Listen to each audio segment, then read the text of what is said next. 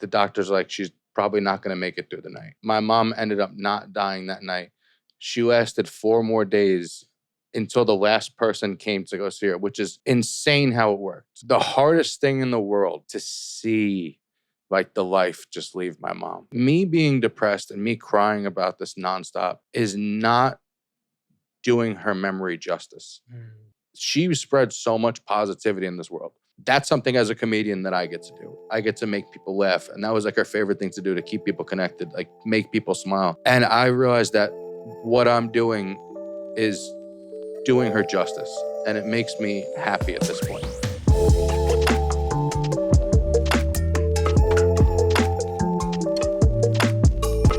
But Nick, this is it's first time seeing you in a while. Yeah. And I've been trying to make this happen. I'm happy you're taking the time, so thank you. But I know you've had some experience with loss in your life, and I would love to hear a little bit about your story, wherever the hell you want to start, and who we're remembering. Okay. My mom passed when I was 17. It was right as I was graduating high school. But the thing was, she passed from cancer, but she got cancer when I was around 11, about 11 years old. Yeah, because my brother was like 5. And it was crazy too, because at the beginning when she first got it, she was told by the doctors that she only had 6 months to live. And at the time, she was just pretty much said no, because she was stubborn. She's a Bronx girl, so she just said no. And then she went to see another doctor, and that doctor basically told them, like, that doctor was way off. Here's some things we can start to do. So she basically battled it for, like, I'd say the first couple years, like the first, I think it was like 7 years, where it was like, it was on and off. She would always be on and off. And the funny thing about her was, like, if you didn't know that she had cancer, you would just never know, because she always never made anything about herself. Like, you wouldn't even know she was sick. Like, everybody she talked to was shocked when they found out that she had cancer, because they're always like, oh, she's always asking me how I'm doing. She's always taking care of everybody else.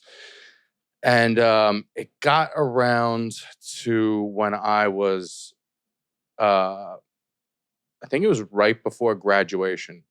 My dad told me she only has like a little bit of time. I feel like actually it was the day before graduation. And I remember taking it real rough and being like, okay, I'm going to go out tonight for graduation and celebrate with my friends. And the next day I had work, which sucked, because I drank like crazy, because all that news, and then it was after prom, so everyone's drinking, or after graduation, so everyone's drinking. And I wasn't even a big drinker, so I was like done. And I had work the next day. So I'm working at this grocery store, and my uncle comes in the store and he goes, "You need to leave work now." And I'm like, "Why?" And he's like, "Your mom's in the hospital." Fuck. And I remember just going up to my manager and being like, "Hey, my mom's in the hospital." And this was the fuck part. I was like, "My mom's in the hospital. I need to go." And she goes, "Can you see if you can get coverage first?" Oh my God. Yeah, it was one of those type of jobs. And then she was like, I was like, I'm leaving. And she's like, "Are you going to come back afterwards?" And I was like, "Are you out of your fucking mind?" And I just walked out. It was one of like those jobs when you're a kid. They're like, "Oh, can you get your mom's dying? Can you get coverage? You should have let us know in advance." If you've known for 6 years or Yeah, something. yeah. I'm sorry. I should have looked into it beforehand.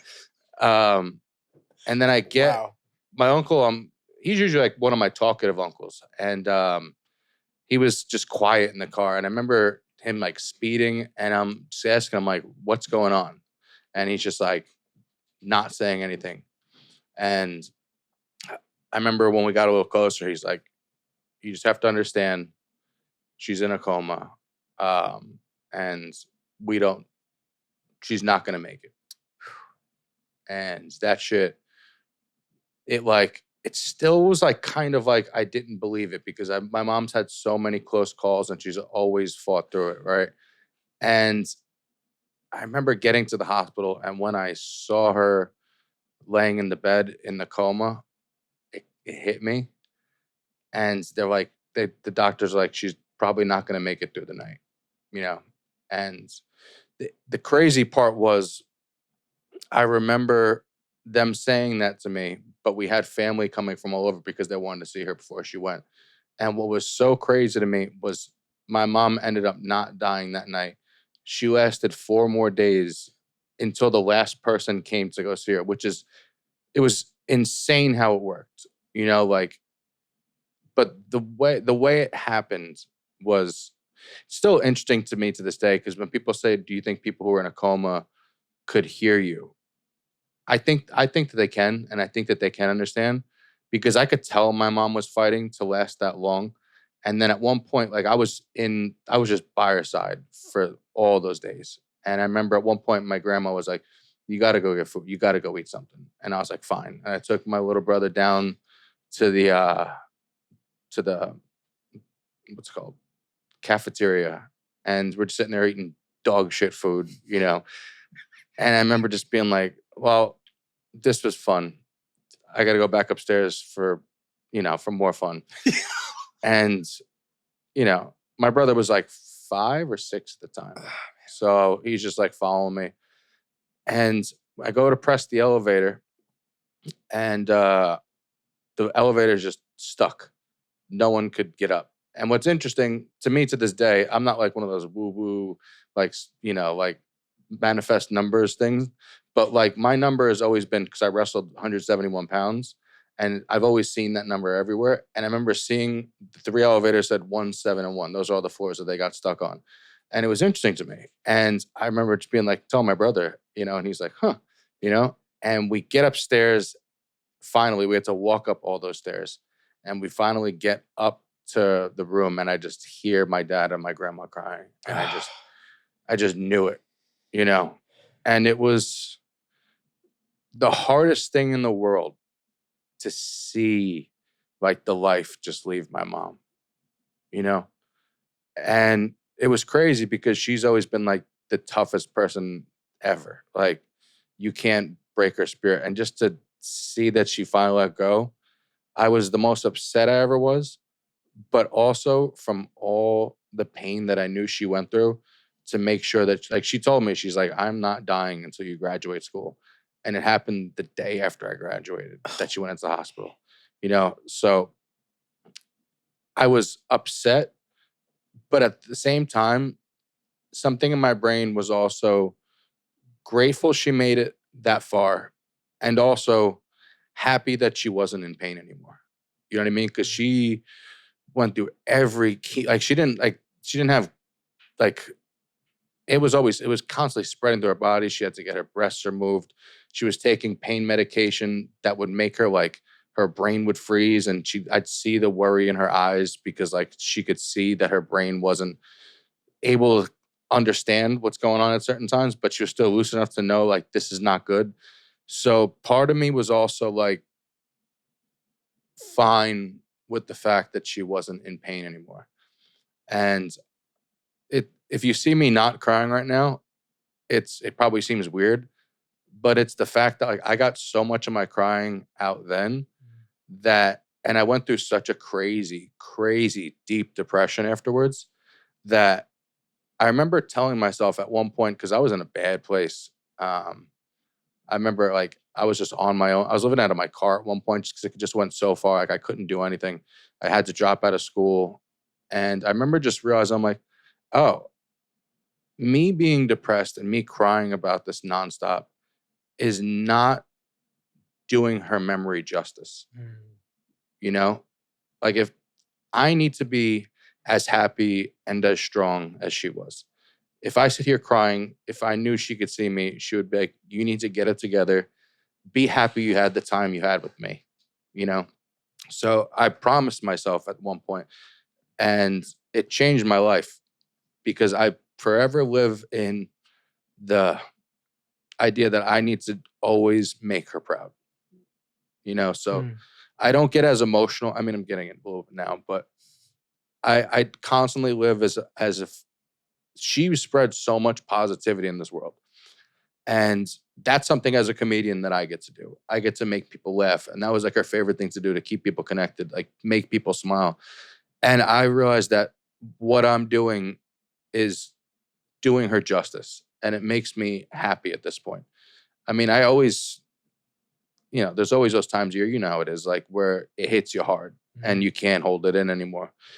But I'm really so proud of her of doing everything she did. Like she was, she was dealt with a single mother, and she was the first person in our whole family that ever went to college. And she did everything in her power to try and give me and my brother a better life.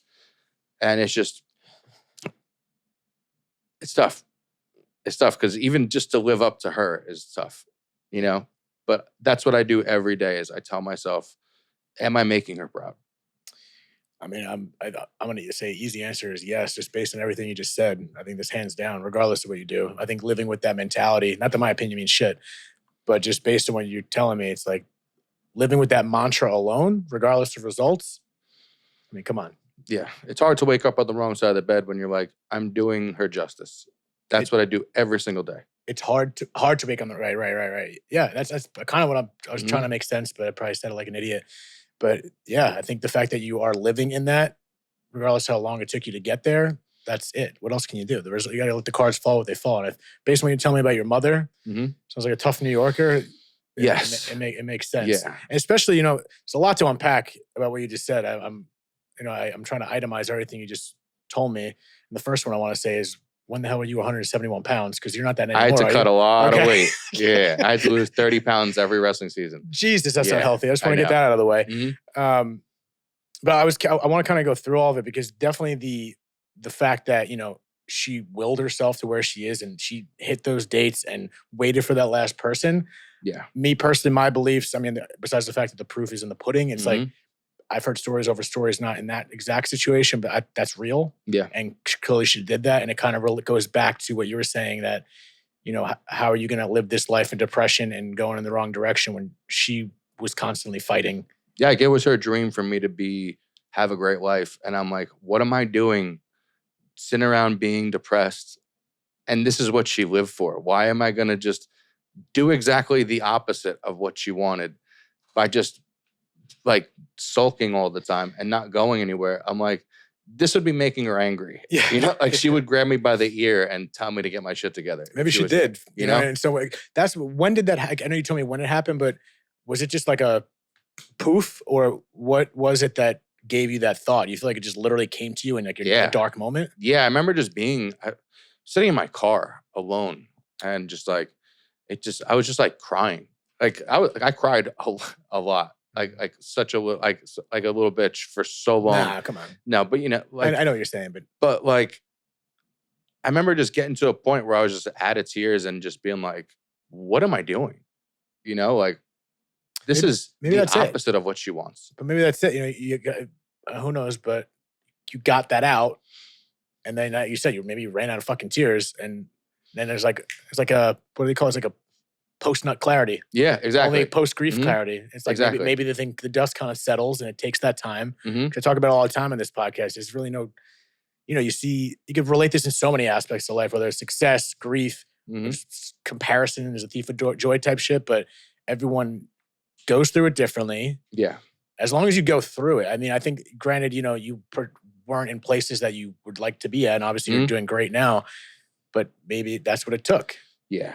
And there was a situation pretty recently that, because I'm usually pretty good, I'm usually pretty good, and I'm usually pretty level-headed. But my brother said something to me a couple weeks ago that I couldn't do it. I couldn't break down in front of him, but I had to go in another room and just let it out. My brother, he's 5 or 6, like between 5 and 6, like 5.5 years younger than me, and he was like super young when it happened, and he said to me the other day, he goes, what was mom like? Oof. He's like, I only see pictures and stuff and he's like, I feel like I never got to know mom, And that hit me so hard that I'm like, that hurt. It hurt me so much to go through this. I couldn't imagine going through your whole life because it's having a mom is, and having a dad, having both are super important, but to not have that emotional thing behind you. Like your mom is usually that one that's there for you when things are going tough. Like that's always for me. She was my best friend in the world. Like if anything was going on, I could talk to her and she would make me feel so much better. And it killed me so much that he didn't have that growing up, And he turned out amazing. He's amazing. Like, I'm so proud of him. So how old was he? Was he like, because you were graduating high school, what was he, like 11, 10? Yeah. About 11 years old. Okay, that makes that. So, and he's your only brother? Yeah. Okay, so there's two of you. So what do you remember the dynamic of that time period when it happened? Because I was 12. I remember jack shit. And you were like the age of like my sisters when it happened in regards to me. So I'm just curious, what do you remember talking to your brother or even any family? Like, what was that process? At one point at the funeral, because he did something kind of weird. I know. It's a weird way to start at a funeral. The two words together. I understood what he was doing, but like my family was like, you got to talk to him. Where he went up to where she was, and it was an open casket. And I guess he just wanted a picture to remember her. And he took like a selfie with her in the coffin, which is kind of funny. Looking back, if he was like 14, 15, that'd be even weirder. But he's 11. Yeah, he was so young that he just made that his cell phone background. And someone saw him open up his phone, and it was like a picture of him. And they're like, "You gotta tell him that's weird." Did you tell him? Yeah, I was like, "Hey, man, don't do that. That's strange." I'm sorry. That's so fucking weird. I know it's fucked up to say, but it was like I felt bad, but it was also really weird. Yeah, it's definitely bizarre. Which was like a hilarious moment at that time for my family that like kind of like that's kind of nice. Broke the sadness. Yeah, it was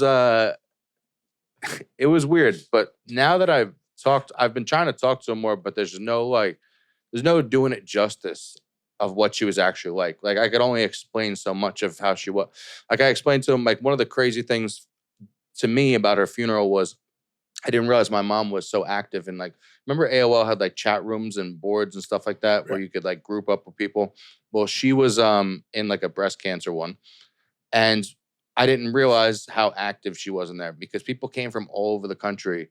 And there was all these people at her funeral that I've never saw before in my life. And so many people kept on coming up to me and they kept on being like, your mom was the reason I was able to make it through chemo or the reason I was able to be strong for my family, and I like my mom was a hero to me, but to be that to all these other people and every one of them said the same thing. Like, she never once complained. Like, they're like, we all thought she was just doing better because she never even had any complaints at all. All she did was ask us how we're doing and what she could do for us.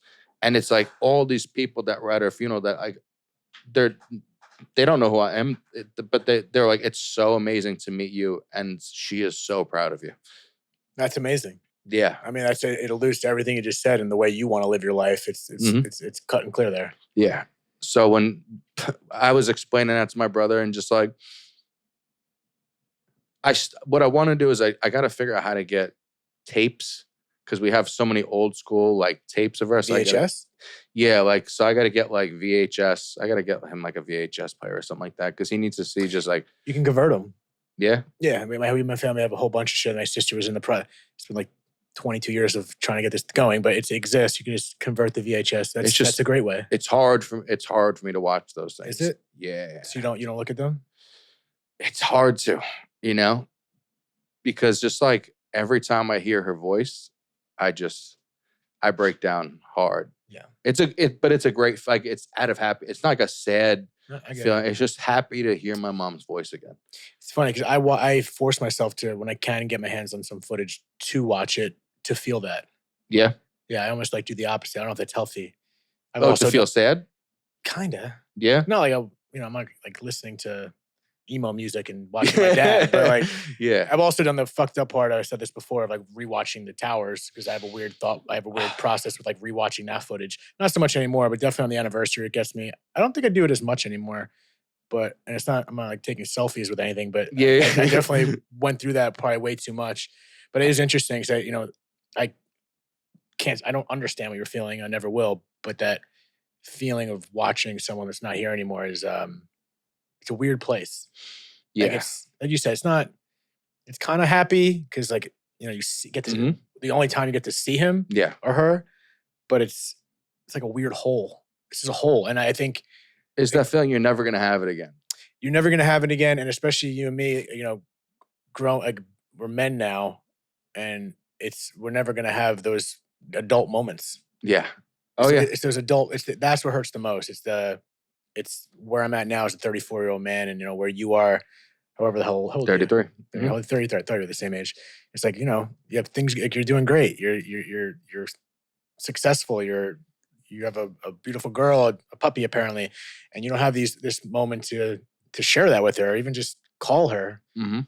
You know what I mean? And it's That's a one of weird the hardest place. things. Like whenever I have like an achievement, like I'm like, I gotta talk to her like a Right. crazy person. Like You're not I crazy. still talk to her like she's still there all the time. It's good. But like it sucks that I can't call her and her be like, I'm so proud of you. Well, You know? she's saying that, right? I hope so. I know you questioned it earlier, but I got like the chills on all my hairs, and she, especially the way you're describing your mom. Like I don't have to. Maybe I should tap into those VHS tapes, but I guarantee she is. I think you know that. Yeah. I think you know that. Yeah. Even if I look at old pictures, it's like just seeing her when she was healthy is like it's just different too. Cause I remember two different they're both two different. I don't know if this makes sense. It's like I remember two different versions, her healthy and her going through it. And as weird as it sounds, I like imagining my mom when she was going through it. I know most people don't, but it makes me so proud of how strong she was to have cancer spreading through her whole body. Like I get a stuffy nose and I'm like, ugh.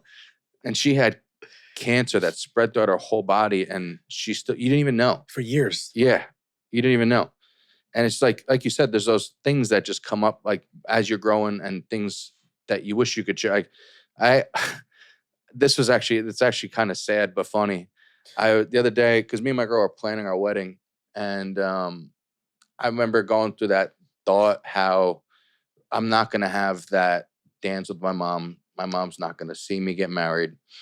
And I was going for a walk through my neighborhood and, I was listening to music. And I remember just thinking of the idea of like how nice it would be to have that dance there when I get married. And our song came on in my headphones and I started Get out of here. crying while walking down the street, listening to More Than a Woman by the Bee Gees and singing it. So any person around must have thought I was a psychopath. So I'm like, more than a woman. And just crying. And I was wearing no shirt. So I'm just like jacked and looking like sweaty you. and Yeah, crying. yeah. They must be like, what is happening? It's like, not Natty. I remember wiping my tears and going, oh, this is going to look weird to anyone that sees this. No, but that's a good. What do you think about that? Because you mentioned the 171 and like a little bit of synchronicities. I know you say you're not woo woo, but the song comes on, and I know this. I have this conversation all the time in this type of demographic of a conversation, Mhm. but that I always try to look at both sides because I know I'm going to see it in the comment section. But it's easy like that. Okay, the song came on, it's a big deal. But my thought process, don't mind me going woo woo, is that everything is energy. Mhm. Literally everything, everything is energy. Mhm. So energy, why can't energy just communicate in that form? If she's still around doing these weird things, perhaps maybe like I just think it's very get signs possible. that it's very like It's worth questioning. That's why it's hard for me to say it out loud because if you say it, some people might be like, well, okay, Yeah, well, how most people are. They're like, yeah. they're just like, this is not real if it's not in a science textbook. So I usually refrain from talking about it to people because I don't ever want to push the way I feel on people. Fair. But I always felt like it was crazy at the beginning. I felt like everyone was getting signs except for me. But as I'm getting older, I always get signs that she's around me and like kind of like feel her presence. I have dreams where I've talked to her and it's so vivid that she's there, Mhm. and I wake up and it's like my body has that feeling like we did just talk. So there are things that are unexplainable and those dreams to me are like I wish I could have those dreams more often, but it always feels like it's around a time where I really need it, like where I need to get my head straight or like I'm like kind of going the wrong way and it's like she's always there. And even if she doesn't say anything in the dream, I wake up and I go, okay, I need to take a step back and I need to like take a deep breath and make sure and analyze and make sure I'm doing things the right Mm. way. There's a book I'm reading right now called Signs by Laura Lynn Jackson, a guy recommended by this other podcast girls. And it talks about a lot of that. Because I believe in that shit. Mhm. I believe in it. But at the same time, I personally haven't even had any wild experiences to make me have that belief, which is frustrating many Mhm. times because I feel like I want that. Yeah. But even it's like it's funny. So I explained, and I haven't really mentioned on the podcast, but my mom had the heart issue, almost lost her, and we got breakfast the other day. Now she's out of the hospital. We went to her favorite restaurant that she picked, like a breakfast spot. Mhm. It's like it's like witch theme, which is weird, but it was Okay. me, my mom, my two sisters, and then she like points to the menu, like this isn't a big deal, but it was whatever I'm not forgetting the name of it, but it was I wish I had another heart or something with a heart, and she had a whole heart head. She was like, oh, that's funny, we should all order it. And then while we're talking about that, this song comes on. It's called Second Chance. And fuck, I gotta look this up right now because I'm forgetting about it. But the whole lyric was like over and over again. Whatever the song Second Chance is, it was I give this heart a second chance over and over again. Mhm. While this was happening, we're talking about this. And then we made a bad joke. Once again, I could be reaching because once again, I haven't had these experiences. Yeah. But me and my sister were losing it once that song on replay, when we just sat down, noticing the drink, and then all of a sudden this song, Give This Heart a Second Chance, on repeat as we're talking about it. And part of it is like, that could literally mean nothing. I could be losing my mom. We got breakfast in middle of Jersey, and it's just, that's all it was. For sure. But then I'm like, does it really matter if it just gives you that little brief moment of levity and you find meaning in it? Exactly. You know? Yeah. Yeah. Because So- someone else, they could just be like, why does this song keep on playing? Yeah, I know. It's like literally a busboy in the back is like, yo, I'm gonna sample He's this like song. pressing the button. Like, why isn't this thing working? Like that could literally be it. And maybe all of it is just that. Yeah. But maybe also, if I'm taking like the other side of the coin, maybe the fact that guy's doing that is all part of it too. Actually, I wanted to ask you, because you brought up the song thing. Do you have anything where it's like, for me, there's a song, and if this song plays, I will, like, I freak out and I need to get away. If it's playing in a room, I need to get away from it because I still can't handle it to this day. Yes. I would say pretty much any Elvis song, but I would probably say Elvis, was it Fools Rush In? That's a great song too. Or yeah, Fools Rush In gets me. I don't know, which is kind of like a weird romantic song for me to think of with my dad, but it's just Elvis in general. That song, I don't know what He it was a big is. Elvis fan. That song bangs me up. Yeah. But I don't know. When it comes on, like there's times I'm driving my car, even now, 34 years old, I was 12 at the time, I'll just put that puppy on blast because sometimes I feel like I want to feel something. That's good that you could do that. That's really good that Is you it? do that. Or is it psychotic? No, I wish I could do that. Because there's a song. So I remember when my mom first started going to get chemo, there was this song by Creed. It's called With Arms Wide Open. Of course. And for some reason, whenever we'd be right before we get into the hospital, that song would play. And then I remember when she was told that she has a fighting chance, that song, she got in the car and that song played. And she took that song as a sign, like keep your arms open, keep your heart open, like just be strong. You know what I mean? And to this day, if that song, I have it on my phone in my Apple Music for hoping that one day I'll be able to listen to it. And every once in a while, the music will go, like it'll go, and then it comes on. I'm like, you don't do it. You don't no, do it. I can't. I have to like quickly like change the song because I can't handle it. What is that place it takes you to? What is it doing to you? I don't know. It's weird. It's just, maybe I probably should talk to a doctor about it. Doctor? Like a psychologist, psychiatrist, something like that. A podiatrist? And Yeah. I can't listen to Creed, doc. My ear doctor, I can't hear it. Yeah, I mean, I get it, but I'm just curious. You know, I just go to this, like, it just brings me back to that. And it makes me like I feel her, but I also, that's one of the few times I feel really sad because it puts me in my mom's mental set where she was ready for anything and she was ready to fight no matter what. So it brings me back to that place where, you know, I was optimistic. She was optimistic. And I thought I was going to have my mom for the rest of my life. You know what I mean? And it's just a hard thing to face. It's probably something wrong mentally that I probably I've never gone to a therapist or anything like that. Me either. I've always been too scared, you know. I did BetterHelp for like a month. Did you? Yeah, then the guy literally told me he was retiring.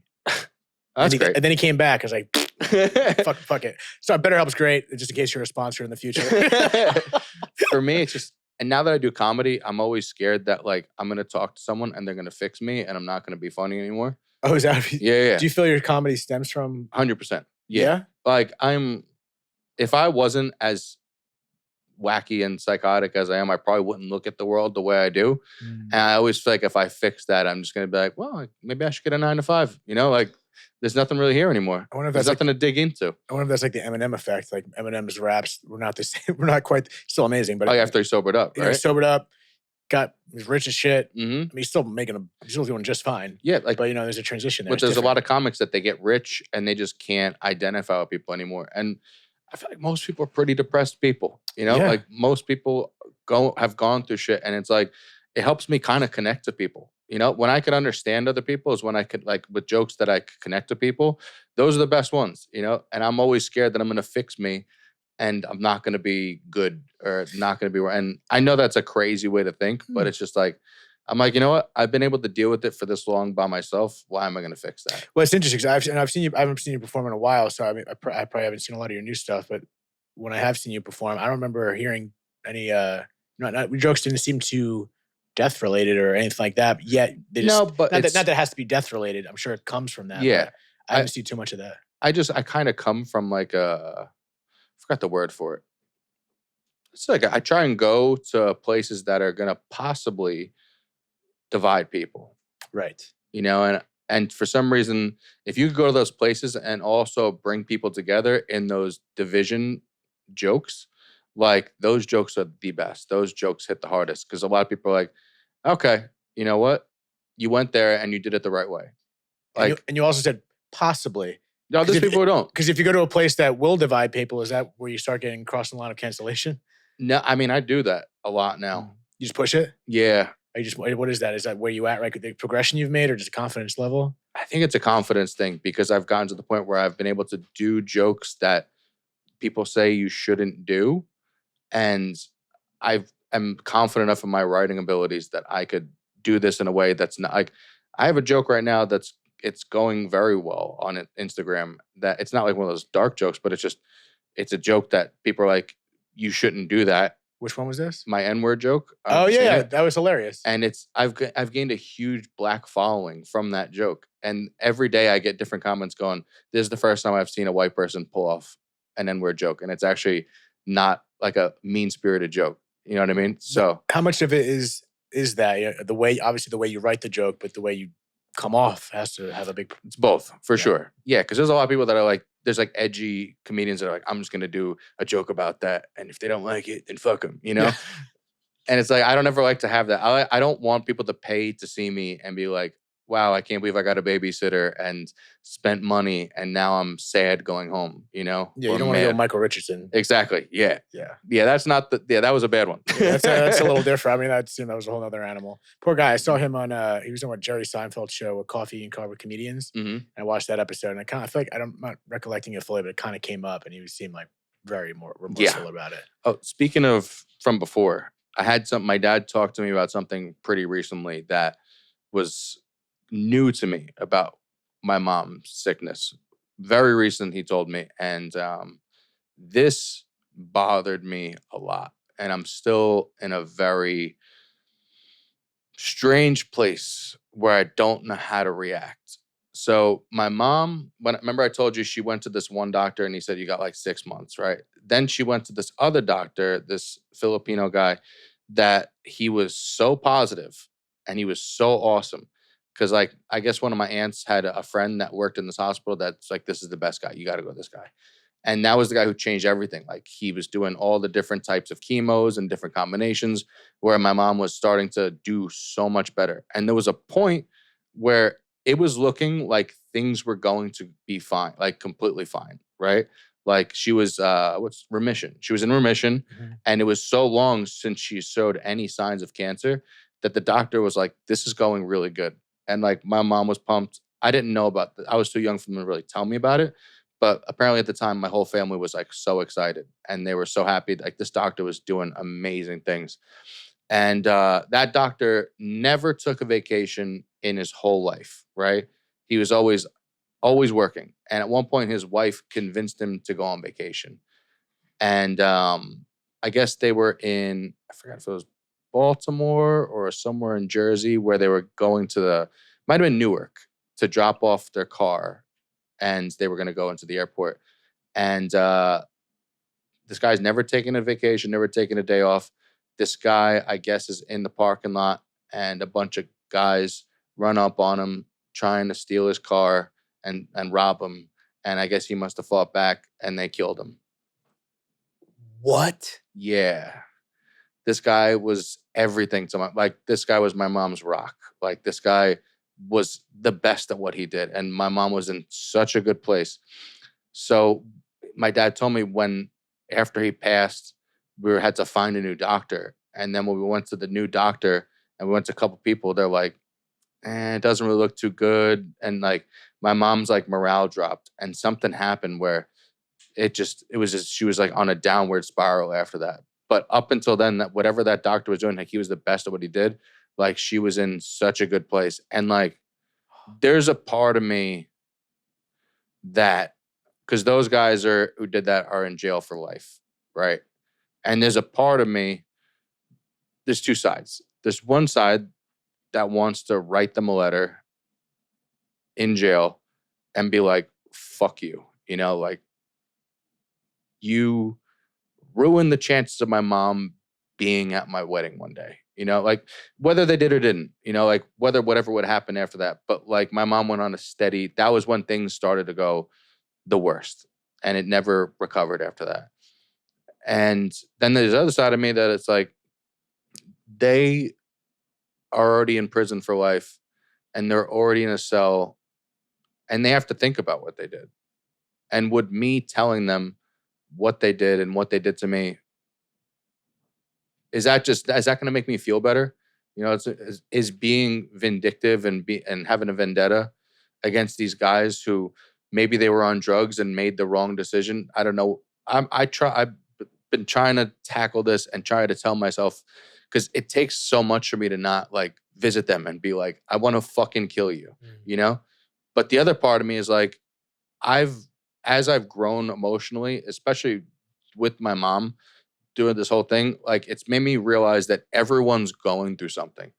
You never know what someone's going through. And sometimes you might think someone's just a fucking asshole, but they could be going through some shit where they're like, I need money or else my kids aren't going to eat. And it's like, I'm not trying to justify what they did, because sometimes there's some things you can't justify, but you have to do, And I don't think that guy deserved to die. And I don't think that what they did was right. But I also don't think me making them realize that they also, I wouldn't feel better if that guy those guys killed themselves in prison. I would feel worse about it, So it's been just like this constant struggle the past like 2 months, where I do think about it all the time. But then I remember, I'm like, is that what my mom would have wanted? Would she want me to go into a negative headspace? Like, I try and do that every day. Like I said, like, is this a positive thing? I mean, the foundation that you found in regards to always going back to what your mom would think is huge. But I had this woman on my podcast. Her name is Scarlett, and she lost her son at the Sandy Hook school shootings. And this is gonna relate at some point. And I remember one thing that stood out to me. She's talking about forgiveness, and it mentioned something of this sort where she forgave the school shooters, and which is, when I first heard, I was like, okay, go on. That's a lot. And people thought she was crazy. How could you forgive these kids? And she made something clear. She's like, I forgave those kids not for them. She's like, I forgave those kids for me. Yeah. I forgave me because I'm holding that weight, and I'm true. And you have to truly forgive. I think there's half-assed forgiveness, but she seemed to have truly forgiven those kids. Who knows if she was taking the same route as what you were talking about, how people are going through some shit. Who knows how they were raised, what they had wrong with their heads. But she forgave the school shooters that killed her kid in Sandy Hook. And I'm bringing that up because I'm finding some correlation of, I don't know, maybe speculative, but is there a level of forgiving those guys in prison and not taking that other route? And you're not forgiving them in a sense that you forgive them because of what they did so much, but that's part of it. But it's more, if you find forgiveness to those guys that clearly affected the path your mom was on, I wonder if that's a weight that you're releasing. Yeah, I think so. Tell me to fuck off. That's completely wrong. No. Yeah. You're that's definitely on the right track, because when you were saying that, I remember in my head while you were telling me that story, and I bet you anyone knows what I'm about to say, has felt this before. Like, when you've watched a movie or you watch like Dateline and some fucked up shit happens, like, you watch that, and when someone says, I forgive them, you're like, nah, I would fucking, I would make sure I go to prison and find them in prison and stab them in their cell. And then when it happens to you, you realize you can go two ways. You could be an angry person, and no matter what you do angrily, it's never going to make you feel better. It's not bringing your mom back. You could go, I need to do what's right for me. And being angry at this person is not what's right for me. Right. And that's the only way you're going to get, you might not ever get through it. You know, like I don't ever feel like, and I'm sure you understand this, you never fully get over this stuff. It's just a hole that you try and do your best to keep a nice filling over. But there's always any little divot, any little small, anything could just like cave it all in. You know, like you could just start crying. I'm a grown man and I could just start crying on the street when I hear the Bee Gees, you know, like, so it's like, yeah, you just have to just learn how to just, forgiving is huge. And also just trying to just stay, I know it sounds so corny, like saying to stay positive. It's real. But like waking up every day, and this is something I've done for the past, like, I don't remember when I started, but waking up and doing, and just being grateful for what I do have and grateful for my health. Like the other day, it made me realize, like, I was like, my mom was 42 when she died. I'm 33. I'm like, she was 9 years older than me, you know? And it's like, that's not a very long life at all. So I'm grateful because I'm at around the age when she found out she had it. And I'm a hypochondriac with my health. So I get my blood work done every 3 months and stuff like that. Oh, damn. Yeah. So the fact that I'm in perfect health, and like every time I go, like there's anxiety because, you know, you never know what's in your like genetic.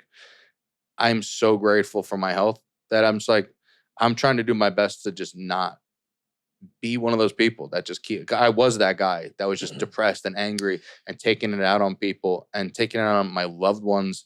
And like I lost, like me and my dad didn't talk for like 2 years. Oh, wow. Because he was in such a fucked up place. I was in such a fucked up place that it was hard for us to be around each other, you know? And it made me lose time with my younger brother because I had to get out of the house. That I wish to this day, it kills me that I wasn't there for him as much as possible. Because now that I look back and he told me that thing about what's mom like, it made me realize I'm like, he's such a strong person. I admire him so much because he was able to do that with, like, he's on tour with Coldplay right now. Like what? his band has toured, like he was in a band that toured the world. They literally have been to every continent. And then he left music, like playing, to be the sound engineer for all these big bands. Like he does Coldplay, he's done Oprah, like Oprah's like, got an album? Yeah. No, she was on a speaking tour. Yeah. And every big band you could think of, like he's done Ozfest, and like he's played at Ozfest before. And he's been so successful without all that. It makes me so proud of him. It's beautiful, man. You know? I just went on such a long rant. No, that's great. This is what's a podcast. It's not what we're supposed to be doing. But just, again, it's here. And I don't want to keep bringing it back to my mom, but what you're saying again is my mom is active. You know, she's 66, 11-mile bike rides, played golf the day before, and then her heart stops. It could be MPV's genetic, this or that, whatever. But at the same time, it's up. You're saying you're as healthy as it gets. You work out, this and that. But you still feel anxiety. It's like it's all up here. Mm-hmm. I'm not a doctor. I'm not saying this or that. All I'm saying is a lot of our problems physically, from what I'm understanding, in our health is the way we perceive things. I just love the way you are contemplating that. It seems like everything, this entire podcast, you've been looking at things in one way and flipping it the other way, and it shifts the way you see things, and that's how we slowly change grief in many ways, and how we change all the shit that we're going through. Sometimes that just turning it over. Could I ask you a question, actually? Nah. Okay, fine. Go on. So, do you feel more protective of your mom now than only having one parent around? Like, because with my dad, like, even though me and him went through shit for a while, like, I'm so protective, and like, so I always worry. I call him constantly, always making sure he had a heart attack a couple years back, and he actually had a thing in front of me, which was crazy. So we were eating, and he was in front of you. Yeah, what's that? I just understand the thing in front of you. Then sorry. And I was at his house like a couple months ago, and he was eating, like we're eating together, and then he went to go take a sip of his drink and he started having like a seizure. And not to be funny, but I was like, I had to grab him and I'm like, are you okay? And it took him a couple seconds to realize where he was. And I'm like, what's your name? And he said his name. And I'm like, who's the president? And he's like, Donald Trump. And I'm like, all right, he's fine. Because he's such a hardcore Republican. He would not say, but if he said Biden, I would have been like, yo, we got to go to the hospital right now. That's brilliant. And now I've been like calling him like every day to just make sure he's good. But it turned out it's just a thing that apparently happens to some people. If you eat food too fast and drink seltzer, you could have it's called a blackout from food and drinking, because like the carbonation in the soda. I don't know if you ever drank soda and got super lightheaded. I've had mind erasers. Yeah, where you could actually black out apparently if you eat too fast and drink carbonated drinks too fast. So I'm saying, we're worried about the health, this, that, drive. Like, you could die from seltzer. I know, right? Like, what the fuck? Why are we worried about anything? It's just like, you don't know when it's going to happen. Mm-hmm. Oh my God, that's a crazy But do you feel story. like you're a little more protective and always worried now? Definitely, 100%. And it took, I think, as I got older, because it happened when I was so young, that I made that realization more clearly than I am now, but 100%. And it's a balance there, because you don't want to be suffocating, but you just do, as long as you're doing it out of love and not paranoid. Yeah. And that, then, yes, I think that's fine. But yeah, like my buddy said when he checked in with my mom, he's like my buddy texted me, letting me know what my friends said. He thought it was funny. He's like, damn, Dave's running out of parents. But he didn't mean to say it in a funny way, but he's like, my homie had to tell me. That's true. But it's true. I mean, they only got 2 of them, unless you're Mormon. And it's like, you don't realize it. So it's like, I don't know. But yeah, dude, loss and the experience that you and me had. And again, we said, everyone's going through it. So I was thinking about my mom again. Mom, sorry for listening. I don't think she's going to make it this far of the episode. But it's like I was in the ICU and I see she was so much support. Me and my sisters are by her side the entire time. And I see other people in the ICU and no one's coming to see That's them. rough. So it's like everyone's going through it, and it makes us a little more compassionate even when messed up shit happens. How are we on time? Sorry. Oh, sweet. Okay. Oh, nice. Sorry, like when we're really... Sean, if you're listening, just edit this part out. But yeah, dude, it shifts everything, and it's so much weird. My mom had to get defibrillated. Is that the right word for verbing? Defibrillated. Defibrillated. Frib or fib? What'd I say? You said defibrillated. Defrib. Is a frib? Okay, yeah. So there's a frib in there. I think there's a frib. Okay, well, she got that, and but it feels like we did. It literally feels like this entire experience. I felt like we did, because me and my sisters are already so close, and obviously what we've gone through, and we're blessed to have that relationship. It's not always there. Yeah. You had a little separation. And is your sisters, are they older or younger than you? Older. So my oldest is 7 years, in the middle that's 5.5. So I'm a baby. But we've always lived with this gratefulness and this and that, especially with that event and supporting each other. But this was maybe it was just different because now I'm a grown man going through this. I didn't lose my mom, and I didn't. And then it makes me question, how come my mom survived and other people that have cardiac arrest, even though there's a very high percentage that don't survive? Like, why? And I asked those questions, but it doesn't matter. I just gotta be grateful. But these experiences just completely woke me up, and now I'm literally been blessed. Only been 10 days ago. I'm rethinking everything. I'm even thinking today. I was like, had the great experience recording in the park. I'm like, I got to move back to New York, and it's always been my plan. I want to be bi-coastal. Yeah. But now after this experience, even my best friend messaged me during this was happening. He's like, dude, I just want to let you know what you're thinking. Like, I don't want you to add extra pressure on yourself thinking that you have to move back now because of this. And it's 100%. That's what I was thinking. I got to move back. And it just rocks your world. But at the same time, this is it. My part of me is I get upset. I feel the emotions. I think that's important. But I realize this is what it is. This is life. And whether you like it or not like it, I think you don't got to learn to like the shitty moments, but partially kind of, because this is one of the hardest things I've ever had to go through. But I was so easily able to see the beauty in it. The way me and my sisters work together, my mom's partner, my family, how me and my sisters just supporting each other. Don't worry, you go home, sleep. I'll stay at the hospital. Brings you guys together, especially even you guys, more. Because you probably don't see each other as much as you did because that's the thing when you grow up. I don't know who was the person in your family that, like, my mom was the person that kept everybody together. You know what I mean? So, like, the last time for a while, like, people were together was before she passed, So I'm sure it's probably the same thing for you, where when my family's together, it's like that feeling when she was back, you know, like Yeah. it happened I forgot where we were. It was just, I got to see all my dad's side of the family that I haven't seen in forever, because my mom was the one that was always setting things. My dad can't set up a family get together, you know, he just learned what TikTok is. So he's not going to like hit people up. So I'm sure you probably got that feeling that probably brought you closer to your family. Like you guys all being around each other, working together, probably felt like being a young kid again, where it was like, you feel loved, like you feel everybody around you. It sucks that's usually what the reason why it happens. Yeah. It's always a bad thing happens, but it's also one of those things to be grateful, where you're like, I love being around everybody again. Cause like, I hate that I don't see my family anymore. It sucks. Yeah. It sucks. But then again, it's like, that's part of life too. We gotta be easy on ourselves. And it's just, I think I've been thinking about it even more during this. I truly feel this is going to sound corny as hell, but it's like, I think whatever the hell this is, whatever this life is, I don't know what's going on after, before, or whatever. I think we're just here to learn. Yeah. I think we're just straight up just supposed to go through shit. Like you don't learn. Like I had another guy on that was talking about, he's like, you don't, just take it with a grain of salt. It's like, you don't learn much when you're happy, which is like, I've learned things when I was happy. I learned how to like, you know, build a treehouse or something. But how to dance. But yeah. No one learns how to dance when they're sad. Yeah, that's a new thing. Yeah, that's fair. So I was like, I found those loopholes, but I get what he was saying. Like, these are the moments that you build up, and you can go either way. And so it makes you question why some people go that way, why some people don't. You know, and just different dynamics. Like some people don't have the family that I have, and the family that you have, and vice versa. There's so many different dynamics. And ultimately, I just think this is, whether you like it or not, this is the life we are in. Yeah. And what it are we also supposed to do? teaches you to appreciate everything, even the bad like when times are bad, times are good. If you just appreciate being in the moment, it makes life so much better. Like I try, no matter where I'm going through life, like my girl says it to me all the time. She's like, I don't know how you don't freak the fuck out. Like if something's not going right, she's like, you don't freak out. I'm like, I'm just trying to be present.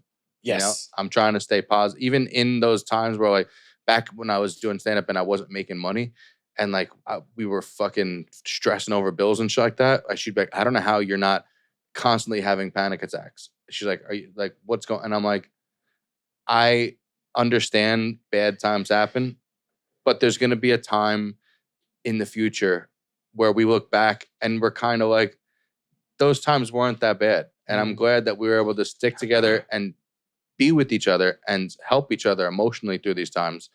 And it's like, you always hear the rich guy. It's like, my best time, me and my wife, was back when we were scraping together quarters for a pizza. You know what I mean? Yeah. It's like those times, as much as they suck, when you look back, you're like, oh, that's a emotional building you have with your partner or with other people.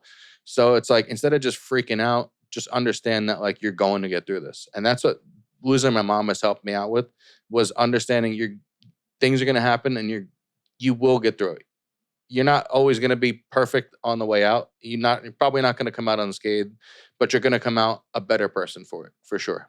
As long as you understand that. Yeah, I wonder if, people that just don't understand that, it's very easy. A lot of people just don't get out and they don't make it to the top of the water. Yeah. But it's that understanding that's as perfect as a thought could be in regards to getting out of it, because it will pass. It's not, and it's going to take a lot of time, and it might grief is going to stay with you for the rest of your life. But I think I always say this, in the moment, things just seem impossible. Like it just feels like this is forever. But I think, like you said, being present when something's done, it's happened. Okay.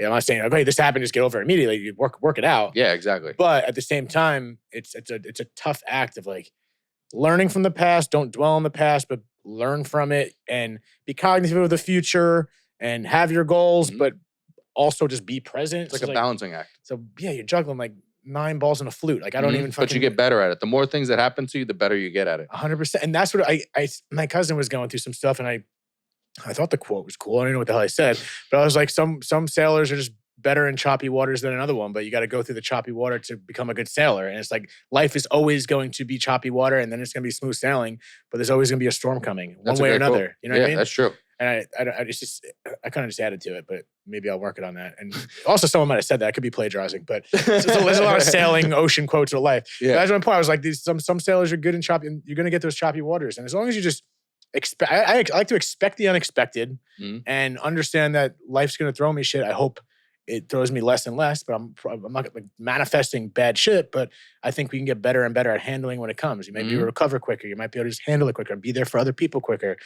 But it is like it helps you too. So, because I don't know, like whatever situation you're in, if you're with someone, like if things aren't working out and you've already taught yourself how to be all right with this and know you're going to get through it, it helps. You could help other people around you understand that things are going to be better. Because like I've like over my relationship, I've been able to help my girl get through things and understand it's not that, like, it's not going to last forever. Yes. You know what I mean?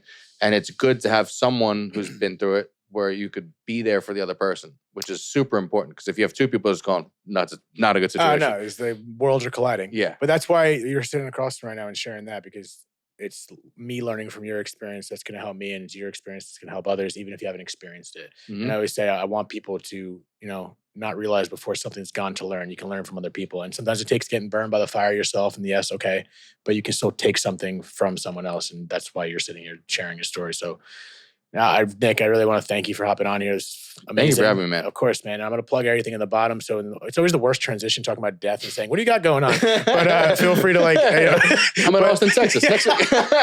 So I'm hoping, I'm not sure the exact day, next week or a week. So I just want to, whatever you're going to say, but tell people they can find you. If you got anything you want to just say, take the mic. So I am going to be in Austin, Texas with Brian Callen on the 3rd through the 5th. Then I will be in San Antonio. Actually, if you go to Brian Callen's website, you'll see the dates that I'm with them. But for me, if you want to see me headline, I'm going to be in Houston, August 18th, 19th. And then I'm going to be in Poughkeepsie, New York on September 8th, headlining that show too. And you can just follow me anywhere. I'm on everything at Not Nick Simmons. He's on everything. You hear that, ladies and gentlemen? Everything. Until next time, I never tell people to hit the notification bell. So if you're watching on YouTube, just fucking hit that. Apparently the stats on my YouTube channel are very low there. Anyway, later, guys. Till next time. Bye. Thank you so much for tuning in to another episode of Dead Talks. Please do not forget to hit the subscribe button and also the notification bell. That'll give you updates as to when we post a new video, more episodes, and more content in general. We are streaming on all the major podcast platforms, including Apple, Spotify, iHeartRadio, Pandora, and all that. And also find us on Instagram at Dead Talks Podcast or www.deadtalks.net. Thank you so much.